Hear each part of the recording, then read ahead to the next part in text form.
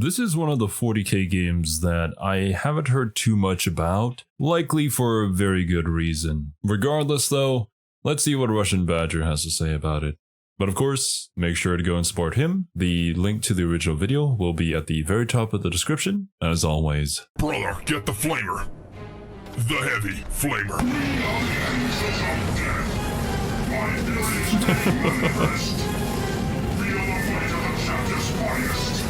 Oh my god. I would like to file a complaint. I love how indiscriminate you are with your flame. You don't need to whip it like a noodle at a swimming pool. What is going on here? Okay, so just for this one image, it's a 4-player co-op. They're wearing some sort of armor. I forget what this armor was called, but it's just like extra battle gear for Space Marines, right? Purge it in flame. Burn in holy fire. The time has come, brothers. No mercy. Shitpost/heresy alert. If you're offended when someone goofs up the lore or talks shit about your favorite chapter of Space Marines, please. Welcome to the grim darkness of the future where I know that there's some pretty hardcore peeps here in the Warhammer community. Trust me, I know. And then when you get people going around talking about how gatekeeping is actually a good thing to do, then yeah, it's kind of a recipe for disaster. Overall though, the community that has formed around our channel has been very pleasant to interact with, and you guys help provide a lot of lore bits that I may have forgotten or gotten incorrect, and I learn a lot of lore from the comments. So yeah, thank you guys very much for being awesome and being nice.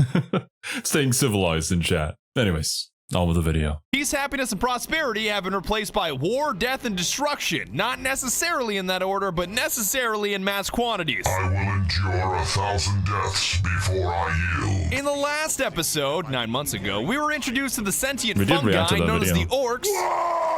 Yeah. The corn-worshipping Space heretics Marine. known as the forces of chaos that make the civilian casualties of World War II look like a picnic. Skulls for the skull throne! Blood for the blood god! List of cornate massacres. This list is incomplete. You can help by expanding. And most importantly, the That's Space great. Marines of the Imperium of Man, led by the venerate Emperor himself. We are one in the Emperor and the will of man. And as much as I'd love to hear about your my. hyper-intelligent Dark Elder waifu, the dumbass weeaboo space communists, and the rattle me bones robots, the Xenos. What? Well, thank goodness I'm blocking this because those are mega spooky. Also, isn't that just Ash from Overwatch wearing a Sister of Battle armor? Stealing your shit this time around are the Gene Stealer Tyranids. Your infestation spreads no further, alien. It may sound like despotic deja vu for someone to be stealing your shit again, but that's usually the way these 40k games go. Yeah. Xenos are either killing something, breaking something, or stealing something. You're deployed to intervene, you realize the shit is fucked, and you may as well blow it all up anyways, and then you blow it all up. Exterminatus. Always Which may exterminatus. beg the question from your perspective, why not just blow it all up in the first place, like Exterminatus nuke from orbit? And to that I retort, Because it is the Emperor's There wouldn't be a game. And also purging is really, really fun, brother. the Gene Stealers are doing just that on one of your space hulks called the I Elethros, see. and you're the librarian in charge of salvaging anything of value and purging the Xeno filth. Okay, I mean, that's pretty cool. It's a lot different from Space Marine in the fact that, you know, we're fighting a different enemy. And I think the Tyranids are also going to show up in Space Marine 2 as well. We've seen them in a couple of the trailers. But this is going to be kind of my first time actually seeing like gameplay of a game with the Tyranids in it.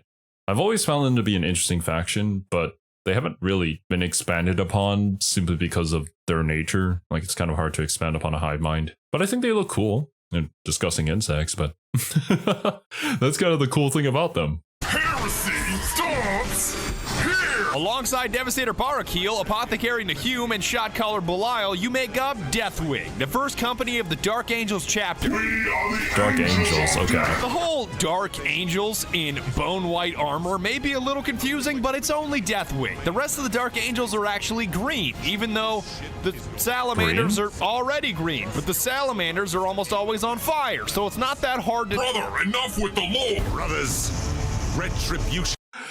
I should probably check out like more in-depth detail with each of the Space Marine chapters. Some of the color coding can get a little confusing, but I do think it would be nice for me to like recognize whenever I play Dawn of War, a specific Space Marine faction and you know what they do and what they specialize in. Is at hand. It is our strength. We are the sons of Caliban. Let fury guide your weapons. Let vengeance be your song. We are the angels of death, and our enemies shall fall. Decked out and terminated. Actually, those were those like ships meant to bore into whatever facility they're infiltrating? I feel like we've seen something like that in the Astartes animation. Armor, you're larger and more formidable than your ordinary Space Terminator Marine, but armor? not so huge that you can't fit through doorways literally like a called Terminator menacing armor? full-size dreadnought. None may block our path. And you better believe you're going to need this intimidating yeah, it armor, is. because the gene stealers you're up against, well, they're not yeah. exactly small. By the Emperor, can the Xenos get any bigger? And you may be thinking, Yes. Yes, they can. You have no idea, bro. at least I have 2 Dark Angel Terminators to help me. Wrong. I know it may be heresy to shit-talk fellow Terminators. Bold words for someone in assault cannon range. Delete this heresy. Heresy. It burns. We heard you were talking shit, brother. But short of dispensing a few cookie-cutter voice lines and soaking up damage, they are useless. That's all they say. Of death. That is like one single Xeno. Steady yourself, brother. They're overwhelming us. Thinking back on Space Marine, I don't think the allies were that useful. The great thing about them was that they just, you know, they didn't die, so thank goodness, right? But for the most part, it's kind of just up to the player to deal with all the hordes and the bosses, which makes sense. I mean, you know, you're the one playing it, but I wonder on like a level of incompetence, how much more incompetent are these guys compared to your bros in Space Marine? Except, well, what was that guy's name? Leandres or something? I don't know. That guy's cringe. Is their sole strength, as in even if they are on the brink of death, they will not heal themselves unless you instruct them to. Oh my god. So if you really want to get Okay, now that makes them infinitely worse than your bros in Space Marine. They actually have a health bar, and they'll never heal themselves, just like Donald will never heal you in Kingdom Hearts. Yeah, I don't know about this decision. Is there a way to maybe change the AI behavior?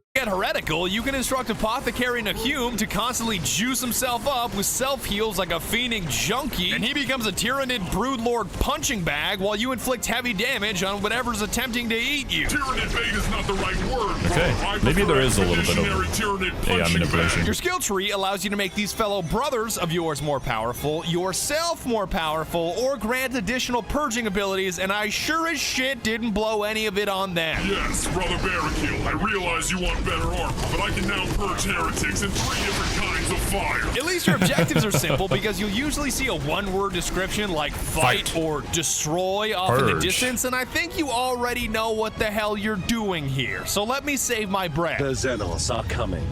We have to Xenos? exterminate them at all costs. I'm gonna need more Bolter for this heresy. I'm confused by this heresy, brother. Are the foul Xenos just purging themselves? Predictably, once this string of objectives is complete, you realize the gene stealers lived up to their names by stealing your genes and decide to incinerate the place exterminatus style. It was impossible to remove the traces of our gene seed from the bodies of the aliens.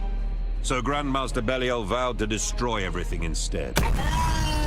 Consider this a clear division in the video. Our guns have fallen silent, brother. Because the single player, especially on the No Mercy difficulty, can be a frustrating, overwhelming with annoyance, and underwhelming with content experience where you feel like a lone guardsman against a legion of Xenos. Let me tell you about the Tyranids. But the Okay.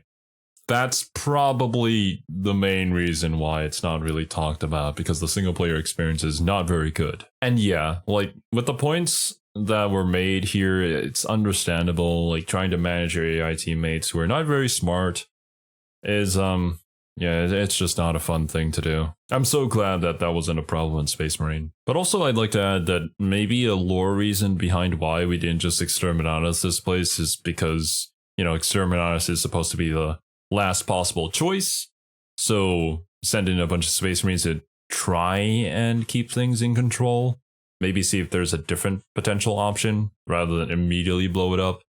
Although, from my understanding as well, I feel like Exterminatus is also used quite often, just off the rip, because when it comes to the 40k universe, it's just so big that like one planet being destroyed it doesn't hurt too much. I could be wrong though. This is just speculation on my part based off of what I learned about this game from this video though. Multiplayer is 5 times better, a totally different animal, and it feels heretical even looping it in with a single player because it's a completely distinct experience. Xenophobia increases. You Gotcha. know you're in a 40k game when instead of saying waiting for players, it's waiting for brothers. Waiting for brothers. I'm getting too loyal for this shit. Brother. That's great. Brother. Psycho, he's ready to smack a heresy. First of all, multiplayer allows you to play 6 classes instead of just 1. Not that I hated playing a librarian. My face, but I don't know what a librarian looks like because I can't fucking read. But heavy weapon specialty granted me an assault cannon and abilities like zero spread, a devastating mine, and a virtual A10 warthog for an arm. Assault cannon deployed. Blood ravens be like, me, an intellectual.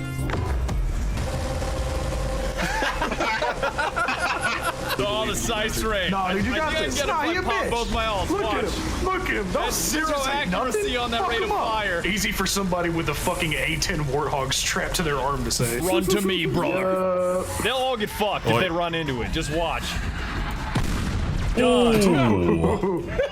Apothecaries are Okay. I mean, it does seem like a pretty fun experience. Although, to be fair, I feel like most games, when you're playing it with your bros, it just improves the experience by like tenfold. I can say that playing Vermintide, playing it solo is, it's okay. I mean, the gameplay mechanics and the gameplay loop it's fun. But where it really shines is when you're with your bros and you're trying to survive together. And everybody has their own job that they gotta do, you know? I wonder how this game compares to something like Darktide. I think that's kind of like the Vermintide version, but for 40k. I've heard kind of mixed things about that game, although I think it's gotten better ever since. Maybe I should check out some videos on that game as well. important because with half the Tyranids being able to tear through your armor like a Cheetos bag, you're gonna need an answer to your H key, which happens to be a needle drill the size of a baseball bat. Stimulant deployed. Apothecary requiring medical. What? Brother, I need an apothecary. This Tyranid whispered in my ear. You would do that. You would do that. The apothecary walks up. You think he's gonna heal you. You think he's gonna heal you by stabbing you with his needle. He just punches you in the face. Whatever, going in. Hold on, brother. Hold on, brother. The cooldown. There, I'm gonna drill your ass. By the way, there you go. Hey man, how many fingers am I holding up? Turn off your heavy flamer so I can tell you. Hold on, I'll get you. There you go. Thank you, brother. Tactical specialty was a must Yeah, man, it just seems like a really good time. have because he can revive a fallen brother. Your duty is not done, brother! An interrogator chaplain is a no-brainer because he can revive 3 fallen brothers, temporarily reflect all incoming damage, and temporarily become invincible, which makes him broken as shit, the best looking, and overall a force to be reckoned with. Pain is meaningless to me! Can I speak to your manager? I did watch a video from Bricky about how fun is more important than balance, and I mean, I don't think there's any like competitive multiplayer for Heavy Flamer Heresy here, so hey, as long as it's a fun class to play, then who cares? The point I'm making with all of this fuss about classes is that multiplayer offers both variety and specialization, whether you're looking for something different or you just want to play someone that isn't suits your in the style. single You can player. move far beyond the librarian of the single player, and Retribution just isn't the same without your brothers. Brothers, to partake in our crusade is to be It's worth mentioning at this point to turn Codex rules on because it is a far less grindy experience and more importantly, friendly fire is off. With the amount of heavy flamers we run, I'd say the Codex Astartes does support this action. We may get birds, brothers. Yeah, the first thing that you do, of course. Yeah. The space book says this is bad. Don't up your DPI. There's no need to do that. It says we can't do that in the Codex. Well, I can't read. Everybody gangster until Lolly Rick pull out the heavy flamer. Which conveniently leads me to my next point. Weapons. I'm gonna need a heavy flamer for this heresy. In the single player, you've got to use a versatile weapon. You've got big targets, small targets, close targets, distant targets, so much of the arsenal you can't use because it doesn't meet all those requirements. I see. But obviously in multiplayer, you got your bros that can fill in different slots. Or maybe you can swap out weapons. I don't know. Let's take the Redemption, for example. The badass scatterbolter that blasts Xenos away in a ricochet of righteous steel. Death to the enemy! God, the ragdoll with that is so good, Heavenly. Yeah, it just flew across the so far. Stormbolter and Stormbolter. Yo, this shit ricochets? What the fuck? Oh my god. In the single player, you won't have the range to hit the dudes with Grimdark Panzer Shreks or anything at a distance for that matter, and your brain-dead brethren sure as shit won't notice them, so you're boned due to lack of range. But in multiplayer, you can combine your Redemption with a Heavy Flamer, Spear of Caliban, and Stormbolter for coverage at all ranges. You cover your brother up close while they cover anything at a distance. For the Emperor! Oh yeah. That's also the reason why Melee is a bit of a joke, because on normal difficulty, I love crushing heretics and merciless retribution. My faith is my shield! By all accounts, it was no more than a hulking mass of steel. But with any higher difficulty, it just doesn't work. Not only because Tyranids specialize in melee combat as apex predators, but so many Gene Stealers can one-shot you, it's paramount to purge them before they get close. Furthermore, damage is localized, as in if a Gene Stealer chomps your right arm, you can't shoot, and slashes your legs, you can't run away. Yeah, okay. I did see this on the bottom right. I didn't comment about it, but that's an interesting mechanic to put into this game. It makes sense. I mean, it adds that sense of realism, right? But like, it just makes it feel like even more of a chore. It's one of those game design things that can be fun when it works, but otherwise it doesn't really help. And with each point that we're making here, it just serves to show how different the multiplayer is. Like, it actually literally is a different game, despite it wearing the same skin. Because this is basically like the Left 4 Dead kind of like Vermintide formula going on here. Whereas the single player is not that at all. So again, Melee is a tough sell. I cannot move. Hey, at least you can use a power fist with every heavy weapon, so it may not be a sword or an axe, but you can still smack a heretic. Feel the might of the chapter's finest. Die! You get the point I'm hammering at. Every weapon in the arsenal is at your disposal with brothers by your side in multiplayer, instead of a handful of versatile ones in the single player, which means more fun, more purging, and of course, indiscriminate use of the heavy flamer. Burn in holy fire! I tell you to stop using your flamer so that I can see. First of all, this is a heavy flamer. Why are you flaming me? I'm right. My flame does not discriminate. I'm an equal opportunity flamer. Equal opportunity purging. Hey. No. You're like a disciplining mother with like a spray bottle, but instead it's a heavy flamer. No. It's heavy for a reason, because the Xenos you're up against I like to categorize as apex predators, suicidal apex predators, and apex predators so large that they can only be described as virtually immortal. It's a Big boy. It's a big boy. Dang. Get out of my way, Clue. Get out of my way. I'm too chunky. Yeah. Oh, get behind the man with the assault cannon. Oh, he's gone. Now we'll be fine, Clue. You got an assault cannon and a heavy flamer, he'll go down. There you go. Technically, the Scythe Strain is virtually immortal, and the Brood Lord is virtually immortal and psychic. So, rule of thumb, Cthulhu-looking Xenos are superior to non-Cthulhu-looking Xenos. What is this? Get Makes behind sense. me, brother. Fan club out here. And if it's a 20-foot tall praying mantis bug-looking thing that just cuts your buddy in half and doesn't go down within initial burst, it's either a Scythe Strain or a Broodlord, and you may want to start a tactical withdrawal, because 2 more are on their way. Retreat now for victory later. All right, everything you got. Everything you got to the Broodlord on the right. Just do the one close to the objective. As soon as he gets here, Goose, hit your reflect, and after it's done, hit your invincible. I have to bounce back. I got the reflect damage. You're honestly not going to be able to see anything. Just keep tanking him. We got a heavy and assault cannon just laying into him. But you see here, like, you can communicate with your teammates and come up with a viable strategy to defeat a much larger and stronger opponent. This is not at all present in the single player. I mean, even if you can give them commands, it's not like they're gonna do it like this. This genuinely seems like a fun experience to play with the bros, although I probably couldn't justify purchasing the game just for this mode when there are other multiplayer games like this that are probably better. Doesn't matter if I can't see anything. They gotta be so shocked.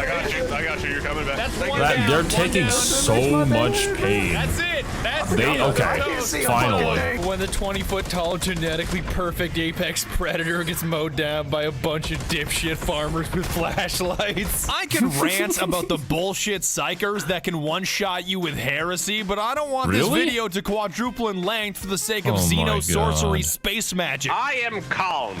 What sorcery is this? Yet no matter how terrifying the Xenos you're faced with, they all have a glaring weakness with no known counter. Doors. This is a point of course. It may sound weird that doors are the pinnacle of strategy in Deathwing, but deciding whether to lock them, unlock them, or simply power fist them open for a rapid escape is the closest it comes to chess. I leave only rubble. You're insisting on a whip. A quick tutorial on doors. These are the most important things. Not even fucking pirates can get through that shit. That's how you But we open the can. door. This is gonna keep him out, right? Yes, Don't if do you it. hack it. Oh, let's Oh close my this door God. behind us. Oh wait, we can't. Oh And this wait. is where I'd lock the door. If there was one. All right, this is what we're actually supposed to do. Now come no, come through. No. Oh my Get god. in here, brother. I'll lock it. I'll lock it. I can shut that it. shit, No, yeah. I'll get it. Oh, I can hear him right there. Pretty sure that was the hive timer from last mission. He is right there, and he is so mad. He's pissed, brother. We do not want your Girl Scout cookies, brother.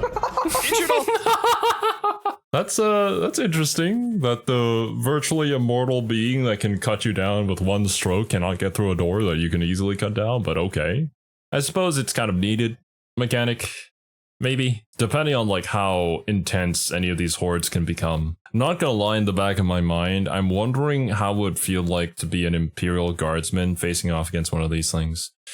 It'd feel pretty hopeless. You'd probably empty your entire ammo clip and it would do absolutely nothing. Even the Space Marines have to wear this special armor, special Terminator armor, in order to even do anything to these guys. That's kind of insane. And there's just so many of them. Also be mentioned that doors and entryways are the most dangerous adversary in all of the Elethros because they can swallow you without mercy or meaning. There's a lot of yeah, he's probably in this. Oh, thing that hasn't seems opened fair. up. That seems fair. I gotta purge this heresy right. Looks like heresy to me, brother. I don't see anybody. Heresy is now airborne. Get this off my screen. I'll fucking light him on fire though. I don't give a shit. Open the door. Open the door. I'm trying. Brother.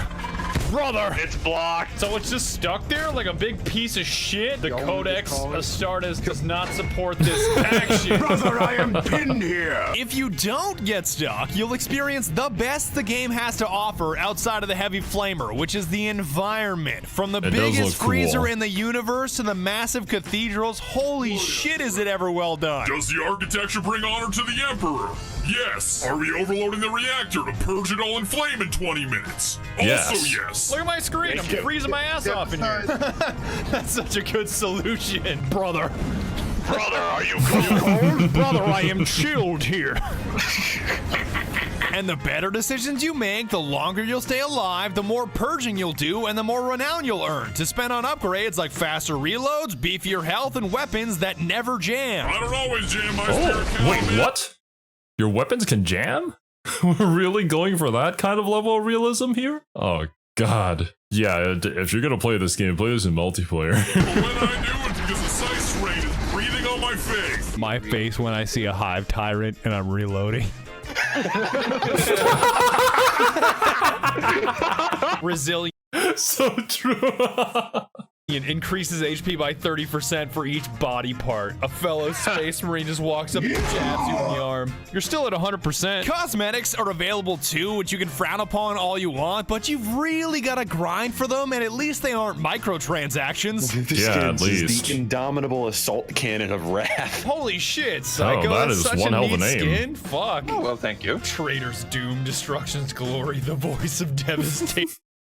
Okay, I mean, personally, I don't mind any cosmetics or stuff like that. I mean, I think cosmetics are cool to have. And this isn't a microtransaction, so at least there's that. You can earn this just by playing the game, right? But even if it's just a microtransaction that's purely cosmetic, I guess that's okay. I'd rather be able to earn them by playing the game, but it's much better than any other form of current microtransaction out there. Although, if you want to talk about that as a whole, microtransactions they're just kind of lame. Torment of defiance and pain of the heretic. Jesus. Yeah. This is Warhammer 40k. Wait. I can really ham that up. Just Bane of the heretic, torment of defiance, traitor's doom, destruction's glory, voice of devastation. God.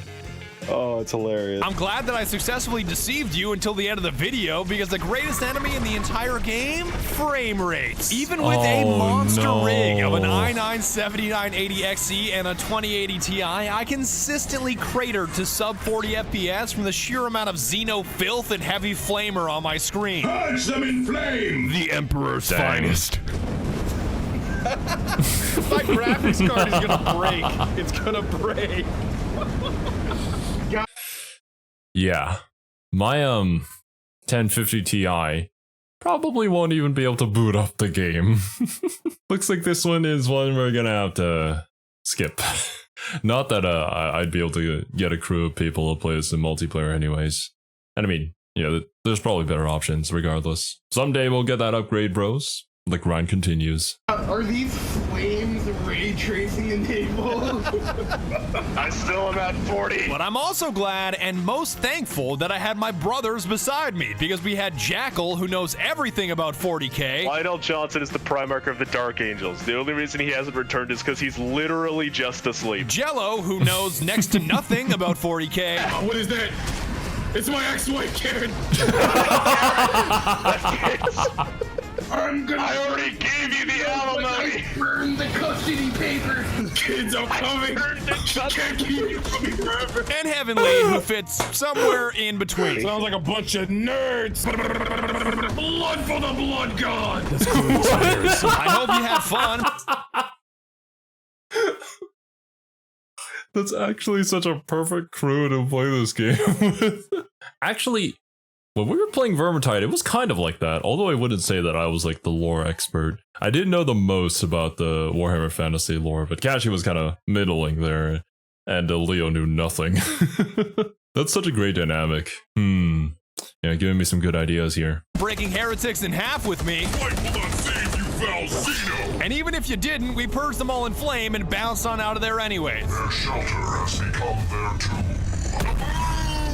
The end. I'd like to extend a solemn RIP to all of the shitters in my Discord that I banned for saying the Deathwing is trash. I don't know. Anybody I ban is the same pile of filth in my book. Damn. This is how I look when I ban people. I don't remember how I feel anymore. Oh my god, what is that? Secondly, I kind of miss having a boss fight. Not that I miss Xeno scum in any way, shape, or form, but maybe if there was a bigger Xeno that I got to fight that said some shit like, that could have been kind of neat, instead of just seeing a bigger and bigger Tyranid each time that didn't have a name. And thirdly, holy shit, do I ever miss unlimited sprint. I know it's not something that always goes through your mind, but when you've run like 20 feet and you are just sucking wind, damn, do I ever miss unlimited sprint. Yeah. Holy god. Yeah, with all I that feel being that. said, I had a ton of fun playing this game. I had a ton of fun making this video. Anytime I just get to play in your sandbox, those of you that are really, really hardcore 40k dudes, I have a blast. In closing, I'd like to thank thank you guys so very much for watching. It means the world to me that you watched to the end of the video, and I had so much fun creating content at a Warhammer 40k. It is so over the top. It is so nuts. I love every second of it. And be sure to tune in next year when we go to a That's why I love Salamander's 40k barbecue. too. Well, that turned out differently than what I was expecting. The game doesn't seem all that bad. Although, the single player certainly isn't anything to write home about, that's for sure. The multiplayer, though, seemed actually kind of fun. I feel like it's more of a case of it was a game with some cool ideas that weren't performed very well when it came to the single player campaign. However, the multiplayer mechanics worked out somehow, and while there is some jank here and there, it ended up becoming a good enough game to have fun with your bros. Just, you know, being an absolute badasses, tearing down Tyranids, also having a little bit of goof and fun here and there. Will I ever play it? Definitely not until I get an upgrade. But yeah, who knows what lies in the future. Regardless, thank you guys so much for watching. I hope you guys enjoyed, and I'll catch you in the next one.